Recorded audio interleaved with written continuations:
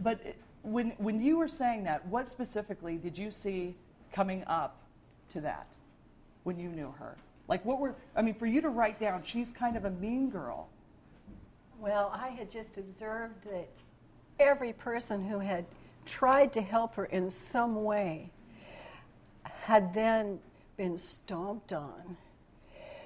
But you know, one of the things that really concerns me is, why is this appealing to anyone? Anyone. I mean, why do we take so much interest in these ad hominem arguments? Why does anybody care what I eat for breakfast? You know, I mean, Andrew's right. This was an opportunity. The world was eager to read her book. This was an opportunity to elevate the debate, to share new ideas. She talks about new ideas, new energy, to share these new ideas, to give the world some new excitement and hope. What a wonderful opportunity. Mm-hmm. And it was squandered. So why is there still appeal? And why does the public, why do we voters, why do the television viewers, why do we buy this? Why do we listen to it? Why do we find it attractive? It is. There's a switch in the culture. I mean, changed. Andrew, you had some terrific ads. I think one of them said "think." Obviously, nobody listens. Maybe their TVs weren't turned up. I don't know what to do. Maybe that's what it ought to say is listen. You know, I mean, why isn't thinking? Well, I think why isn't ideas the question, more interesting and more attractive and demand an audience like Personal Attacks does? Well, but I think the when you look at, for instance, her crowds this week at her book signings and the people that are waiting. More people go to hockey games than go to her book signings. Understood. But Anne has a legitimate question. You know, why do we find this appealing? We find this appealing for two reasons. I think there are those of us that find it appealing because we absolutely cannot believe this is happening. In a country now where information is right there at our fingertips, and you don't even have to wander out of your house to research somebody's record or to do some kind of unbiased evaluation on them. But the second thing is, I think there is a segment of the population, the 20-25%, that really want to believe, you know, that the sweet sound bites and the glittering generalities can run government. I mean, they want to believe their next-door neighbor can be president. That's what we teach our kids. Anybody can grow up to be president. No, we need to change that. I'm not teaching. No, I agree. I'm just not. Just like There's Ted got to be a test. Just like Ted Knight said in Caddyshack, the world needs ditch diggers too, you know.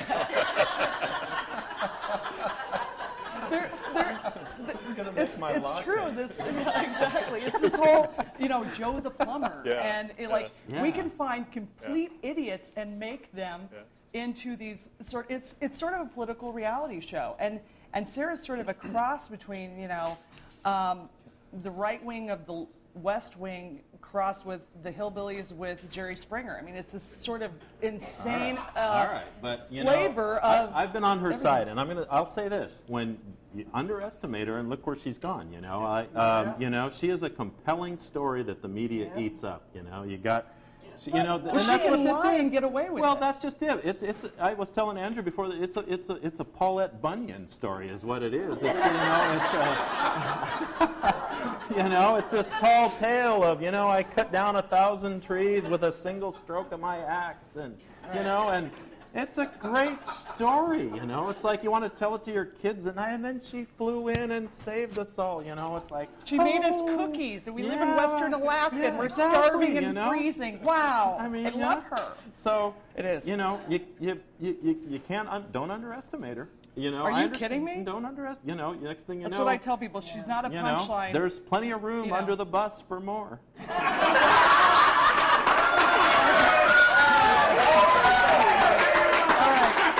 We're going to run to a break. We're going to be right back with some more of our Celebrity Rogue panel.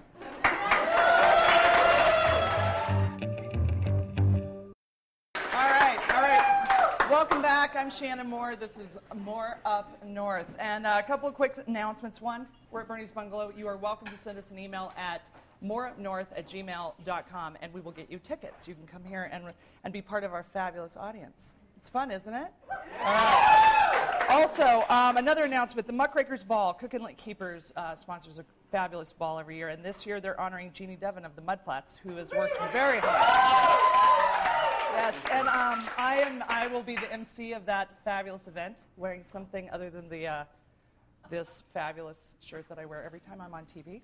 And it's on December 5th and from 7 to 10.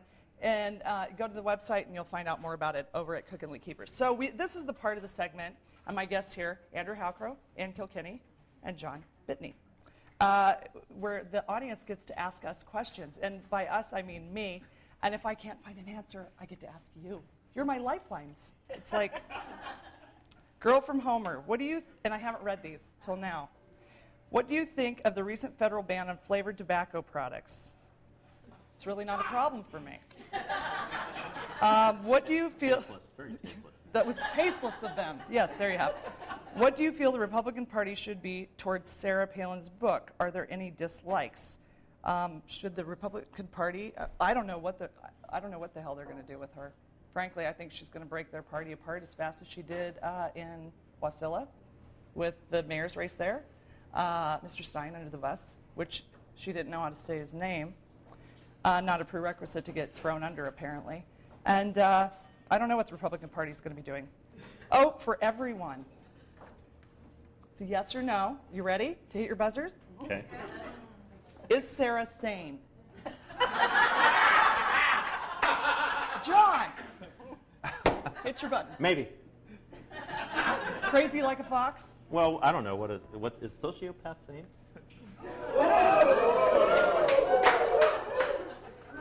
It's a perfect storm, isn't it? Narcissism in one hand, charisma in the other, a little bit of whatever else. And you know, and those legs on the front of Newsweek. What do you think? Sane? Insane. I pass. Good enough. She's sane. She knows what the game she's playing, and she's playing it very well. So she dresses up like a cupcake and then says, "Stop being sexist." Yeah, that's right. Right. Exactly. Oh my. Right. Look, I'll tell you what. My wife is a runner, and you know, I've never smoking seen hot, by the way. And yes, and I've never seen her leaning in the living room or in the kitchen against an American flag. So, I'm sorry. You know, usually she's coming back from a run. She looks like she's been running. Right. No nylons. I think Andrew's right. I'll vote with him. Okay. All right. So 2-2. It's a tie. For Andrew, do you think Sarah needed to use a thesaurus to find the word effete to describe you? Yeah.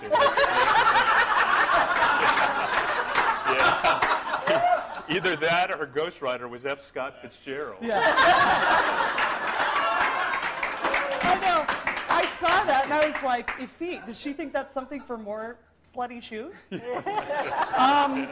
Do any of you expect to be raptured anytime soon? Well, I can answer that. I actually hope that the rapture happens and takes all these crazy people off the planet. You can spend eternity in heaven with them. Yes. You know what? That's what I'm afraid of. I'm like, that's a long time. I've been here for a couple of years with this one.